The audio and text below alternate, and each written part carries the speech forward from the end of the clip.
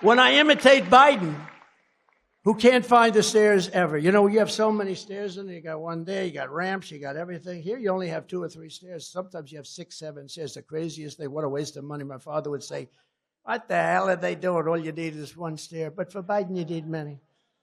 But when I imitate him with the stairs, because he never can find his way. If you ever see Secret Service runs up and grabs him and, helps him off the stage. This is what we have negotiating nuclear weapons. So he finishes his speech, and do you ever notice? He finishes it. The speeches last about, would you say, average 2-3 minutes, right? Very quick. They're very quick and not good. Not good.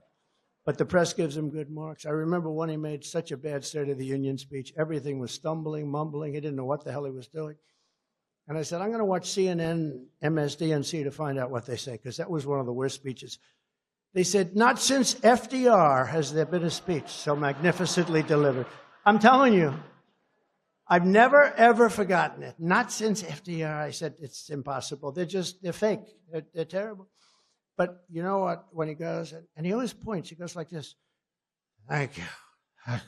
Where am I? Thank you. And then he goes. And he points. You ever notice? And it's always he ends up going in the opposite direction ultimately. But he goes,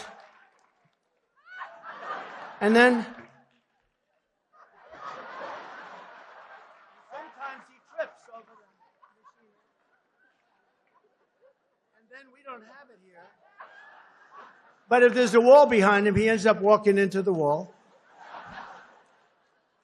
And then one of these incredible guys from Secret Service, all these beautiful guys, they run up stage. Look at these guys, like central casting, right? They'll run up stage, they'll grab them, and they're not meant to smile. You know, they're very hard line. When I tell stories, they're like this. I guess they're trained that way. They never smile. You say, good morning. Well, sure. They actually turn away. It's good. This way you don't have to say good morning all the time, okay? They train them this way. But one of these guys will run up and grab him and take him off the stage. This is what we have as our president. But the worst thing is when I do that, the fake news. I call up my wife, our great first lady. She was a great first. People love her. Yeah, people love her. Oh, look at that. Wow. Mercedes, that's pretty good. Yeah, she's good. And she loves our country and she loves the people. It's true. When I give these big rallies, we give rallies, they say, we love our first lady. They have signs, we love her. They always show a high heel, But we love our first lady. But I call up our first lady, I say, so baby, how good was that? She goes, you were okay. She's a very tough critic. I'll go into a group, I'll speak in front of 55, 56, 68,000 people sometimes. I'll call her up, I'll say, how good was I tonight? Was that unbelievable? She goes, well, your hair didn't look good. Oh, that's not good. But it's very hard to get once in a while she goes, you were really good tonight, but that's like a major.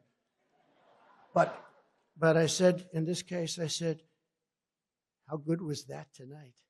She said, you were really good tonight, but what happened? You couldn't find your way off the stage.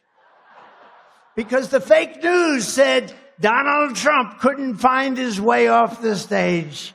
I said, wow. Or when I interject a name, like I go, our president, Barack Hussein Obama. Rush Limbaugh, remember? He would always, right, Seb? Rush would go, Barack Hussein. You couldn't hear Barack or Obama, but the name Hussein, he'd be screaming. I don't know exactly what he meant by that. I think I do. But he'd go, Barack Hussein. So I'd go, Barack Hussein Obama, our president, has done this. Now, I meant that because there are those people that say he's running our country because Joe is not strong on aptitude. So there are those. We don't know that that's true. But they go out and they say, Donald Trump, headline. Donald Trump doesn't know who the president of our country. He thinks Obama's the president, Lou. Look at the great Lou Dobbs. He thinks Obama is the president.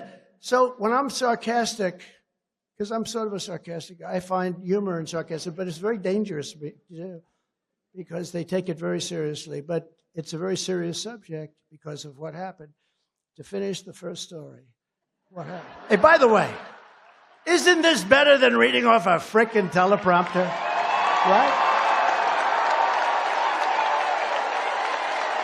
Right? Anybody can do that except for Biden. Anybody can read off a teleprompter except for Biden. He can't do that either. He can't do that either. He asks questions. News conference. Hey, when I'm in a news conference, people with these maniacs, these lunatics are screaming at me. They're just screaming like crazy. And, you take them, and I love it. It's like a mental challenge. It's horrible people. But they're screaming, and you're answering, and you get them. And then sometimes they get in trouble because they say, you were too tough, you were too nasty, too this. The people don't like that. I understand that, too. But he asks, like, a question, and it's, Bob